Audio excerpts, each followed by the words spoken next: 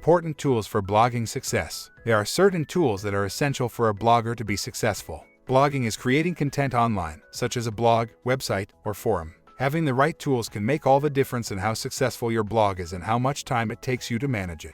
Depending on what type of blogging you're doing, you may need different tools. Here are some of the most important tools for successful blogging. A content management system. This platform allows you to create, organize, and publish content on your blog. Popular CMSs include WordPress, Blogger, Squarespace, and Joomla. A domain name. Your domain name is an address that identifies your website online. Choosing a domain name that is easy to remember and reflects your blog's purpose is important.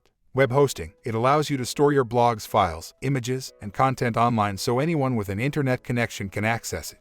Popular web hosts include GoDaddy, HostGator, and Bluehost. A content editor. It is essential to have a text editor that makes it easy to edit and format your blog posts. Popular editors include Microsoft Word, Google Docs, and Notepad++. SEO tools. Search engine optimization helps your blog rank higher in search engine results when people look for content that matches your writing.